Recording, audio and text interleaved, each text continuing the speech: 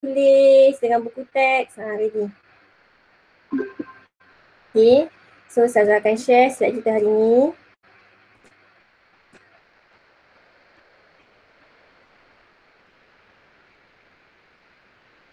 Okay, nampak tak? Nampak tak slide? Nampak. Okey, bagus. Alhamdulillah. Okey, so yang sebelum ni kan, kita yang awak tulis secara sendirian, secara pembelajaran sendiri, awak tulis pasal tempoh-tempoh zaman-zaman ni lah kan. Dulu Islam memang tertegak luas. Sampaikan Islam tu menguasai 1/3 dunia. Ni dunia ni satu peta ni. Saya je pilih gambar ni supaya nak nampak satu dunia tu kan. Kerajaan Islam menguasai dunia hinggakan 1/3 dunia. Okey, kalau di sebelah kita sebelah timur kan. Kalau daripada tanah Arab tu kita sebelah timur. So Islam tu sampai ke Malaysia, sampai ke tanah Melayu, hatta sampai ke China. Islam tu sampai kan. Sampai ke China Islam tu sampai. Tapi kalau yang sebelah barat, Islam tu sampai sehingga ke selatan Perancis. Kalau awak pergi Perancis, awak pergi France, ada satu tempat tu memang awak akan jumpa makam syuhada. Makam syuhada yang menempatkan semua syuhada-syuhada Islam yang pergi ke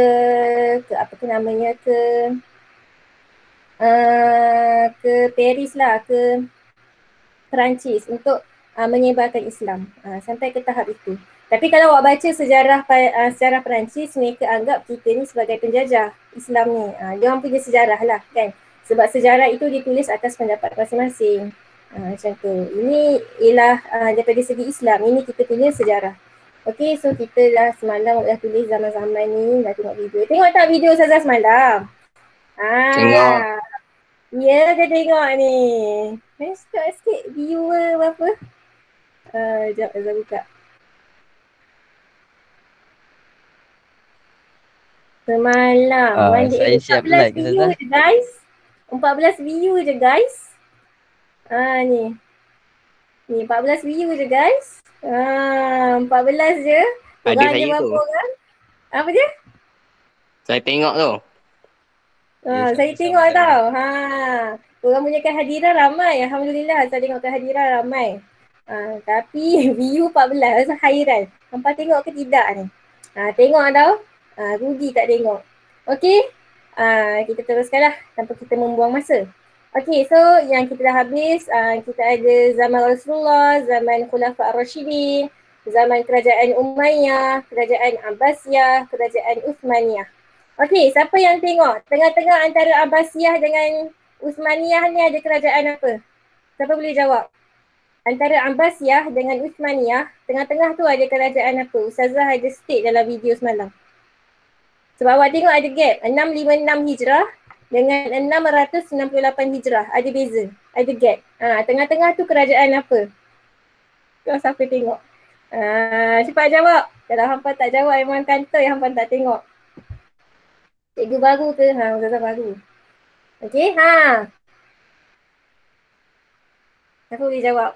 Kalau malu lah nak buka mic tu boleh tulis dekat chat tu. Kerajaan apa tengah-tengah tu? 5. Tulis. 4. 3. Kerajaan apa? 2. 1. Korang kantoi lah korang tak tengok habis video tu. Soalan perangkap dah tak lepas. Korang tak tengok tengah-tengah ni kerajaan apa? Kerajaan apa? Kerajaan Islam?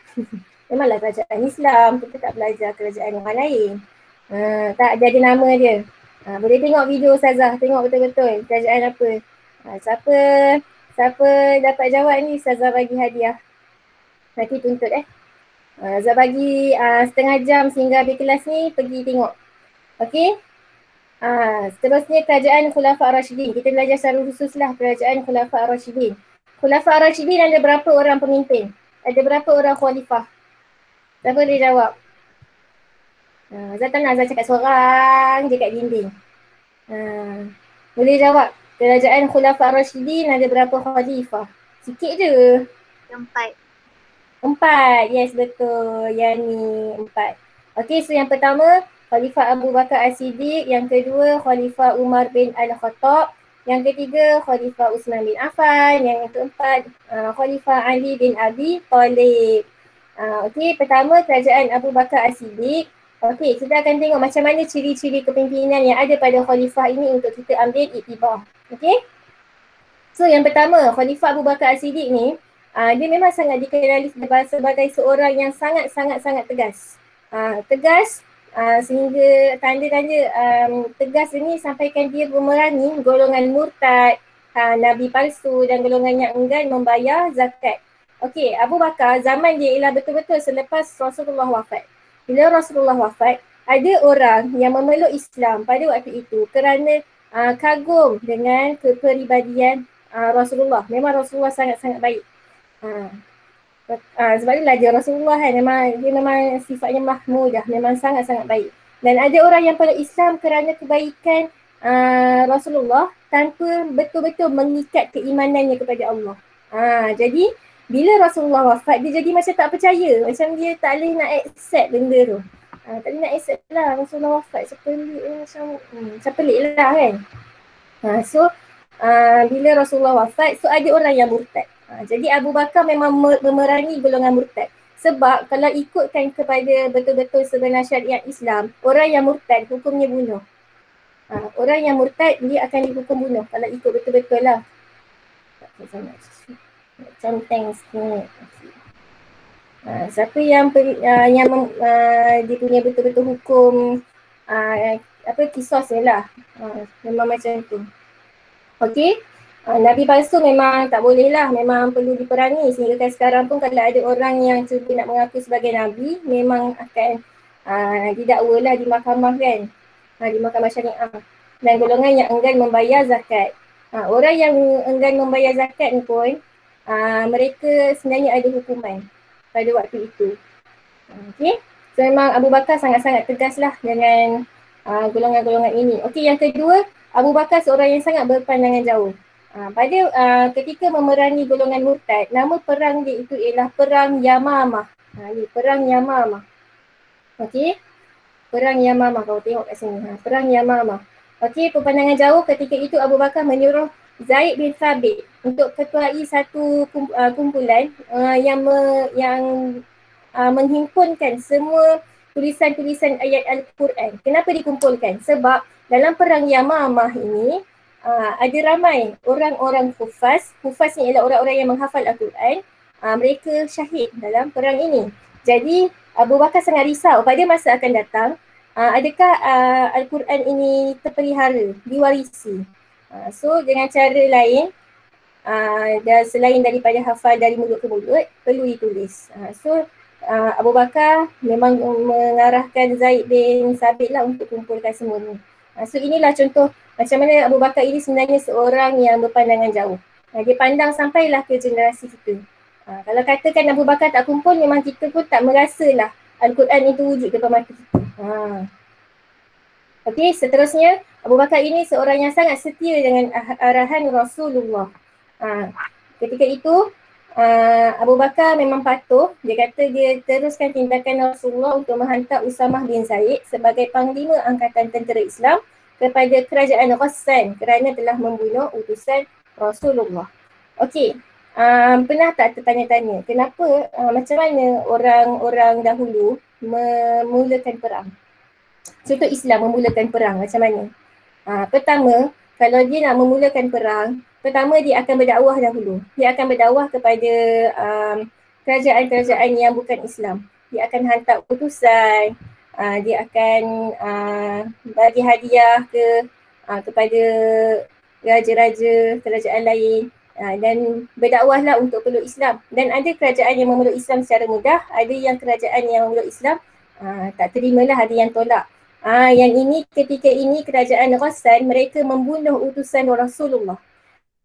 Law waktu tu, undang-undang waktu tu, mana-mana utusan yang dihantar oleh mana-mana kerajaan tidak boleh dibunuh. Kalau bunuh, memang kerajaan itu layak untuk mengisytiharkan perang kepada kerajaan yang bunuh utusan ini. Ketika itu mereka berdakwah kepada kerajaan Ghassan, tapi kerajaan Ghassan menolak Islam. bahkan dia membunuh utusan tersebut. Maka Rasulullah titahkan untuk Usamah bin Zaid pergi perang memerangi kerajaan Rosan kerana mereka telah membunuh utusan Rasulullah. So Abu Bakar sangat setilah dengan arahan Rasulullah ni. Seterusnya, Abu Bakar ni memang seorang yang sangat mengutamakan syura, mengamalkan syura. Dalam apa-apa sahaja keputusan, Abu Bakar akan tanya syura. Syura ni apa? Syura ni ialah perbincangan. Dia macam mesyuarat lah. Mesyuarat. Nampak tak ada syura? Mesyuarat. Mesyuarat tu sebenarnya diambil daripada bahasa Arab lah, kata pinjaman daripada bahasa Arab. So syura ni pun adalah salah satu daripada pecahan-pecahan lah perkataan mesyuarat tu. Okay, so Abu Bakar mengamalkan syura dengan mengambil kira pandangan para sahabat untuk dia tentukan strategi perang, perang lawan Rom, perang untuk tawan negeri Syam. Contohnya waktu dia kerajaan Rom, dulu Syam dikuasai oleh Rom tau, tentera Rom, kerajaan Rom, tanah Syam. So dia antara strateginya ialah dia buat pembahagian 4 pasukan tentera untuk perang negeri Syam. Okey, Ustazah nak tanya, ini pengetahuan umum lah. Syam sekarang negara mana? Dekat mana? Siapa boleh jawab? Syam dekat area mana? Syam dekat negara mana? Negara mana sekarang yang meliputi kawasan negeri Syam? Ramai orang tak tahu. Dan Ustazah nak bagi tahulah. Cuba teka dulu. Negeri Syam sebenarnya dekat mana? Kita buka peta sikit. Siapa boleh jawab? Hello.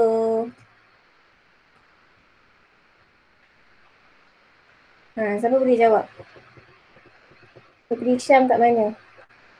Dekat area sini. Kalau tengok peta tepi ni, nampak negeri Syam. Kat mana negeri Syam? Siapa boleh jawab? Syria. Syria, ya betul. Syria. Syria ni negeri Syam. Lagi? Apa meniru siap. Rusia? Jangan cuba-cuba Alip. Awak jangan masuk Rusia, Azhar dengan Syria. Betul lah tu ya. Syria, Jordan, Palestin dan ni Iraq tau. Dia terbelah dua. So Iraq ni sikit. Syria pun bahagian bawah, dia bukan semua. Bahagian bawah je. Itulah tanah Syam. So kalau kamu pergi area sini, kamu akan jumpalah peninggalan-peninggalan Rom.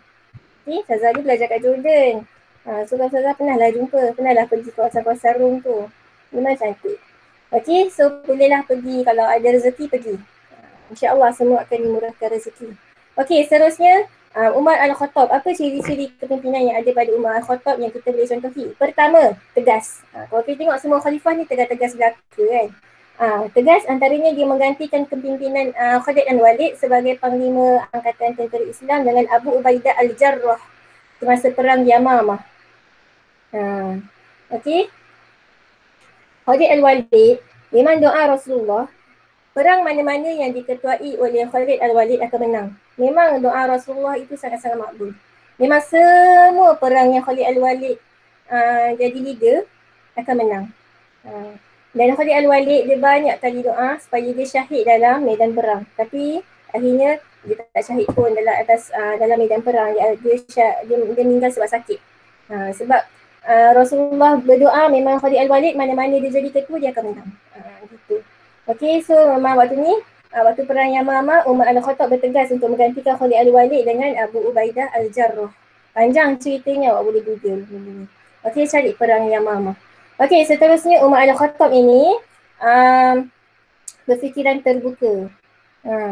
Okay, bersedia ditegur oleh Rasulullah dan menerima pendapat daripada sahabatnya Abu Bakar As-Siddiq tentang pembebasan tawanan perang Badar kerana menghormati keputusan mesyuarat. Dalam mesyuarat, dalam syura tadi, Umar Al-Khattab walaupun dia seorang yang tegas, dia mahu orang tahu. Dia seorang yang sangat-sangat tegas, tak ada siapa yang berani dengan dia. Tapi sebenarnya dia ada satu sifat, dia boleh terima pendapat orang. Okay, so diri kita, kalau orang tegur kita pun kena berfikiran terbuka. Kita kena terima dengan lapang hati lah. Okay, so seterusnya adil. Umar Al-Khattab ni, dia seorang yang pemimpin yang adil, dia akan pastikan semua kebajikan rakyatnya terpelihara. Sehingga kan dia sendiri menyamar menjadi orang biasa untuk melihat macam mana keadaan rakyat dia. Dia tak ada yang suruh orang-orang lain tengok, tak ada. Dia tengok sendiri dengan cara dia menyamar. So itu cara trik dia ketika dia menjadi pemimpin. Seterusnya Umar Al-Khattab ni dia memang sangat cekap lah kepada dalam pengurusan. Dia tubuhkan majlis syura. Lepas tu dia tubuhkan jabatan baru. Dia kemaskini Baitul Mal. Dan dia juga bahagikan wilayah Islam. Waktu tu wilayah Islam sangat-sangat luas. Umar Al-Khattab ni zaman dia Islam semakin luas. Semakin dia pergi ke atas-atas lah, ke Mesir semua tu. Yang dia antara gubernur yang dilantik, dia bahagikan wilayah-wilayah Islam ni dan dilantik gubernur. Antara yang dilantik seperti Muawiyah bin Abi Sufyan dan Amru bin Al-As. Okey? Seterusnya Uthman bin Affan. Okey, Uthman bin Affan ni dia seorang yang sangat-sangat berpandangan jauh. Ini dia punya jasa dia sampai kita pun rasa. Hebat tak hebat dia ni. Dia antaranya dia seorang yang berpandangan jauh. Macam tadi Abu Bakar. Abu Bakar dia hanya kumpulkan tulisan-tulisan. Okey? Kalau Uthman Affan, dia tubuhkan satu jawatan kuasa khas untuk dia membukukan Al-Quran. Membukukan. Di mana semua tulisan-tulisan tadi ditulis balik dalam satu buku. Lepas itu memang dah ada teknologi buku dah ni. Dah ada teknologi kertas ni semua dah ada.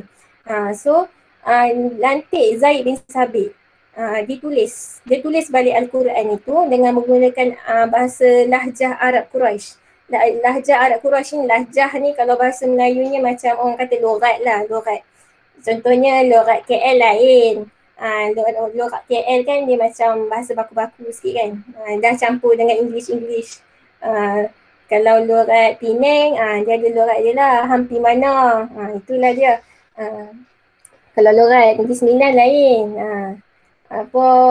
Pokono Ejang kan. Macam itulah logat-logat dia lah. Kalau bahasa Arab pun ada logat dia. Panggil lahjah Arab Quraisy. Kenapa Arab Quraisy? Sebab lahjah Arab Quraisy ialah lahjah yang paling dekat kepada bahasa baku bahasa Arab lah. Okey? Dan Al-Quran yang ditulis ini dinamakan sebagai Mushaf Utsmani. Mushaf Utsmani inilah yang ada sampai ke zaman kita. Kita dah guna Mushaf Utsmani ni sekarang. Okey? So jasa Uthman bin Affan ni sangat besar. Sampailah ke kita. InsyaAllah pahala dia pun banyak. Masya Allah. Sehingga kan satu negara, satu dunia dah pakai Mushaf Utsmani. Okey, seterusnya Uthman bin Affan ni dia seorang yang sangat berfikiran terbuka. Antaranya dia longgarkan syarat-syarat untuk menggunakan harta Baitul Mal dan dia membenarkan para sahabat untuk keluar daripada kota Madinah untuk menyebarkan dakwah. Okey, bila sahabat dah keluar daripada kota Madinah menyebarkan dakwah, Islam pun semakin luas lah. So dia sangat-sangat berfikiran terbuka lah. Okey, seterusnya dia prihatin dengan cara dia menyumbangkan harta dan kekayaan untuk pertahanan negara dan dia juga membesarkan Masjid Nabawi. Dulu Masjid Nabawi tu kecil je. Kalau kamu tengok Masjid Nabawi pada zaman Rasulullah hanyalah sekecil Raudhah. Kalau awak pergi Masjid Nabawi, awak akan tahulah satu tempat tu dinamakan Raudhah, itulah saiz asal Masjid Nabawi. Okey, so pada zaman Uthman bin Affan, Masjid Nabawi diluaskan untuk keperluan dan keselesaan umat Islam waktu tu yang semakin-makin ramai. Okey, selain itu Uthman bin Affan, dia pun dah mula tubuhkan Angkatan Tentera Laut Islam sehingga kan mereka berjaya meluaskan empayar Islam sehinggalah ke Mesir dan Syam. Sehingga ke atas lah. Okey. Seterusnya Ali bin Abi Thalib. Ini ialah khalifah yang terakhir. Iaitu dia seorang yang sangat-sangat tegas. Ciri-ciri dia tegas sehingga kan dia berani untuk pecat khalifah yang dilantik oleh gubernur yang dilantik oleh Khalifah Uthman seperti Muawiyah bin Abi Sufyan dan Abu Musa al-Ash'ari. Sebab pada waktu ini banyak sangat puak pemberontak disebabkan oleh Uthman bin Affan ni pengakhirannya dia dibunuh. Dia dibunuh oleh pemberontak yang tak puas hati dengan Uthman bin Affan. Okey. So pada waktu ini, pada zaman Ali bin Abi Thalib, ramai pemberontak ni yang marah lah disebabkan oleh dia nak membela kematian Uthman bin Affan. Dan sebenarnya kita tengok daripada segi pemandangan jauh, Ali bin Abi Thalib ni dia tangguhkan hukuman kisas kepada pembunuh Khalifah Uthman bin Affan. Sebab pada waktu itu negara masih lagi huru-hara. Disebabkan pada waktu ini banyaknya puak-puak yang timbul. Contohnya puak Khawarij, antaranya lah puak dah start dah time ni, puak Syiah yang terlalu mengagungkan Ali. Dah start dah ada. Pada waktu tu dia tak mengagungkan Ali, dia cuma dia mengikut, jadi pengikut kuat Ali lah. Dia apa-apa dia akan bela Ali macam tu lah. Tapi pada makin lama generasi bawah ni dah makin lama makin mengagungkan Ali. Itu yang ada lahirnya Syiah dengan pandangan yang sekarang. Okay. So seterusnya Ali bin Abi Thalib ni seorang yang berilmu. Dia memiliki ilmu yang sangat tinggi. Sebab dia peluk Islam pada zaman dia remaja. Dia sepupu Rasulullah. Ni Abi Talib ni atuk, maksudnya berkongsi atuk lah dengan Rasulullah. So dia sangat rapat dengan Ali. So bila rapat, dia ada banyak ilmu daripada Rasulullah. So ilmu dia sangat banyak sehingga kan dia dilantik sebagai hakim di Yaman. Okay, seterusnya dia seorang yang berani. Berani sebab dia akan sertai hampir ke semua perang. Termasuklah perang Badar dan perang Khaybar. Dan seterusnya, antara tanda dia berani pada waktu Rasulullah nak berhijrah ke Madinah, Ali bin Abi Thalib ni yang menggantikan tempat tidur Rasulullah. Sebab pada waktu itu telah sampai berita ke Rasulullah bahawa Rasulullah nak dibunuh oleh pembesar-pembesar kota Mekah. So Rasulullah lari bersama dengan Abu Bakar bersembunyi di Gua Thur dan Ali bin Abi Thalib menggantikan tempat tidur Rasulullah. So bila pembesar Quraisy datang, tarik selimut Rasulullah, tengok Ali bukan Rasulullah. So Ali sangat beranilah sifatnya tu. Dan seterusnya pada waktu ini walaupun keadaannya kucak-kacir, tapi Ali sangat berani untuk terima jawatan sebagai khalifah walaupun dia tahu beban yang dia akan pikul sangat-sangat berat. Sebab pada waktu itu sangat banyak isu lah yang berlaku. Okay, so kita tengok tadi dah habis lah ciri-ciri kepimpinan. Okay, seterusnya kita pergi kepada pencapaian pemerintahan Khulafa' Rashidin. Okay, daripada segi agama, contohnya Khalifah Abu Bakar, dia telah berjaya, beliau telah berjayalah memerangi golongan murtad, Nabi palsu dan golongan yang enggan membayar zakat. Okey, kalau Khalifah Umar, daripada segi agama, Khalifah Umar dia punya jasanya, pencapaiannya telah sebarkan Islam sehinggalah ke wilayah Mesir, Parsi dan Rom. Okey, kalau kamu tengoklah peta Parsi Rom ni sekarang. Parsi Rom. Ni area Parsi ni, so Parsi ni. Parsi. Itulah Parsi. Kalau Rom boleh cari kat Google, tanah Rom besar mana? Besar sangat. Okey.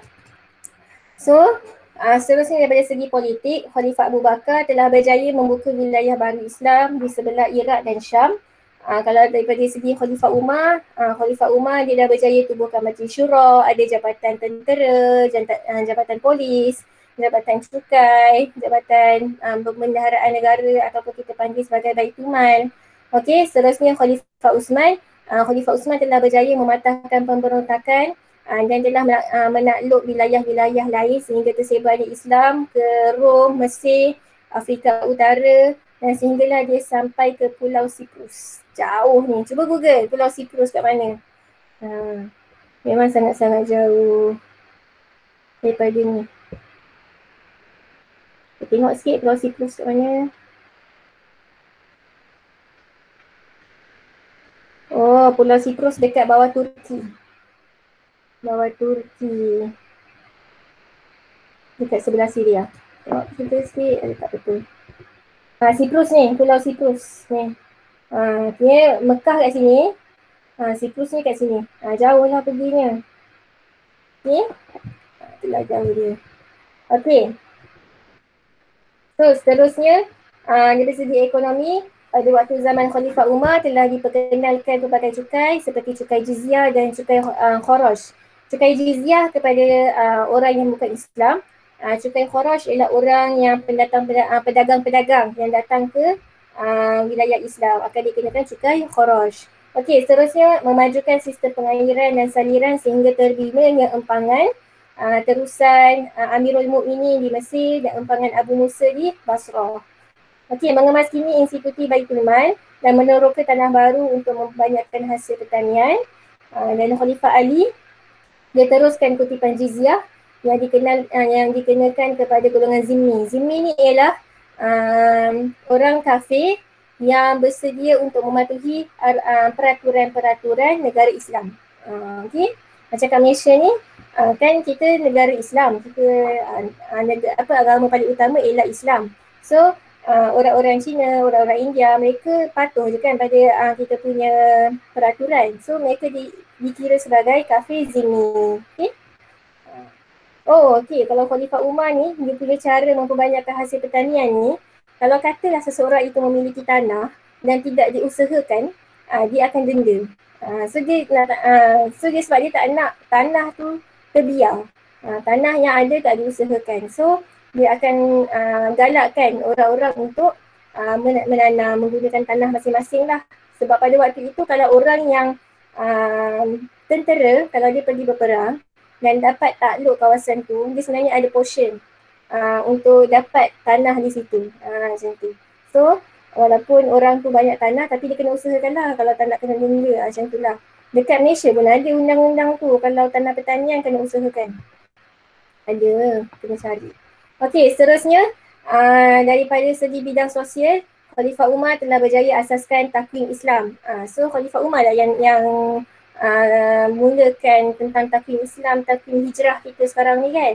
Okey, seterusnya dia memperkenalkan undang-undang pentadbiran tanah, lepas tu dia hormati hak sosial dan menjaga kebajikan rakyat. Seterusnya dia membina kemudahan awam, contohnya macam tali air. Tali air ni tahu tak tali air? Kalau dekat sawah tu, antara bendang-bendang tu, tengah tu ada sungai besar. Macam sungai lah, macam sungai. Tapi tu kita panggil tali air. Untuk kemudahan pertanian. Okey, so seterusnya daripada segi ketenteraan, Khalifah Umar dia meneruskan pembebasan negeri di kawasan Iraq dan dia telah membuka Baitul Maqdis, Palestin dan Mesir. Okey, Baitul Maqdis ni ialah kita punya masjid ketiga yang paling besar lah. Pertama Mekah, Masjidil Haram, Madinah, Masjid Nabawi, dan seterusnya Masjidil Aqsa di Baitul Maqdis. Itu ialah 3 masjid utama orang Islam lah sebenarnya. Okey, seterusnya Khalifah Uthman. Pada segi tentera, Khalifah Uthman telah asaskan Angkatan Tentera Laut Islam yang pertama. Okey, untuk tujuan keselamatan dan perluasan kuasa. Okey, seterusnya kalau pendidikan, Khalifah Abu Bakar, macam tadi lah yang kita baca, Khalifah Abu Bakar dia telah kumpulkan semua tulisan-tulisan naskah Al-Quran. Kalau Khalifah Umar, Khalifah Uthman, dia telah menulis semula, dia telah menyelaraskan bacaan dan penulisan Mushaf Al-Quran menggunakan bahasa Quraisy dan dinamakan sebagai Mushaf Uthmani. Kalau Khalifah Umar, dia punya jasa dalam bidang pendidikan ialah menubuhkan sekolah iaitu dinamakan sebagai Al-Kuttab yang dikhususkan oleh kanak-kanak. Sebab pada waktu dulu kalau belajar semuanya di masjid. So Khalifah Umar ialah orang yang pertama yang tubuhkan sekolah khusus untuk kanak-kanak untuk belajar membaca, mengira, semua itulah. Okey, so setakat ni ada apa-apa soalan tak? Tak ada. Tak ada, okey. So, seterusnya ni last lah iktibar. Last kita sekejap je, habislah. Okey, iktibar pemerintahan Khulafa' Ar-Rashidin. Pertamanya kita hendaklah contohi semua kepimpinan khalifah yang pemimpin ni kalau jadi pemimpin tak boleh utamakan diri sendiri. Kena utamakan agama, utamakan rakyat, utamakan negara. Sehingga kan Khalifah mana ni cakap? Khalifah Abu Bakar kan? Antara 4 khalifah ni, masa tak ingat nak satu. Tapi dia kata, kalaulah seorang, Khalifah Umar sebab dah ada governor. Khalifah Umar ni ketika dia lantik governor, dia akan kata, kalaulah dia akan timbang berat governor ni. Kalaulah selepas dia lantik dan governor ni naik berat badan, akan didenda. Disebabkan kalau kata dia naik berat badan, menandakan dia menjadi governor itu dengan senang lenang. Kalau kata senang lenang tu maknanya dia sebenarnya tak cukup betul lagi dia bekerja. Sebab kalau dia kerja betul-betul, dia akan jadi kurus lagi. Sebab dia sangat stres kan menguruskan pentadbiran negara kan. So itu cara dia. Betapa tegasnya dia. Kalau sekarang ni kita kena tengoklah pemimpin kita macam mana. Dan kalau awak kata esok awak dilantik sebagai pemimpin, ingat cerita-cerita tentang khalifah ni, ambil iktibar mereka.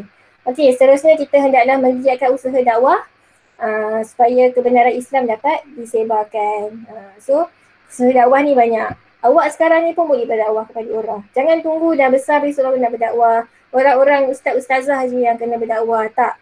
Asal dia Islam dia kena berdakwah. At least ajak kawan solat, ajak kawan belajar. Itu semua dakwah. InsyaAllah. Ketika kawan kita buat kebaikan disebabkan kita ajak, kita pun dapat pahala. Senang je kan dapat pahala. Tinggal nak dengan tak nak je. Okey, seterusnya kita hendaklah mengukuhkan perpaduan umat Islam dengan kita memelihara hak satu sama lain kan. Kalau kita tengok cara-cara khalifah tadi punya ciri-ciri kepimpinan memang sangatlah memelihara hak-hak manusia. Hak dengan Allah kena jaga, hak dengan manusia pun kena jaga. Okey, seterusnya kita hendaklah menyumbang kepakaran untuk pembangunan dan kemajuan negara. Contohnya tadi kepakaran untuk menulis Al-Quran oleh Zaid bin Sabit. Kan? Sebenarnya selain Zaid bin Sabit ada seorang lagi nama dia Muaz bin Jabal, nama sahabat. Sangat berjasa besarlah dalam penulisan Al-Quran. Okey, seterusnya kita hendaklah mengamalkan akhlak yang terpuji supaya menjadi contoh teladan yang baik. Ini semua kita sedia maklumlah. Okey, seterusnya kita hendaklah menyokong kegiatan ekonomi umat Islam supaya umat Islam dihormati. Kalau kita tengok kalau kat Malaysia, ekonomi Islam sangat dikuasai oleh orang Cina. Orang Melayu ni sikit je kat ujung. Kalau ada orang Melayu yang ada bisnes, mesti ada orang lain yang dengki. Mesti ada orang lain yang dengki kan. So tak boleh lah dia sifat macam tu. Kalau kita tengok kawan kita besok bisnes, tentang awak pun dah ada dah kawan-kawan yang pandai nak berbisnes-bisnes ni kan. So support kawan-kawan. Kalau kawan-kawan share dekat FB ke kat Twitter ke, korang tak ada FB kot zaman-zaman korang ni. Zaman Twitter ni. Zaman Twitter, zaman Instagram, zaman TikTok korang ni. So share kawan-kawan punya bisnes. Tak ada masalah.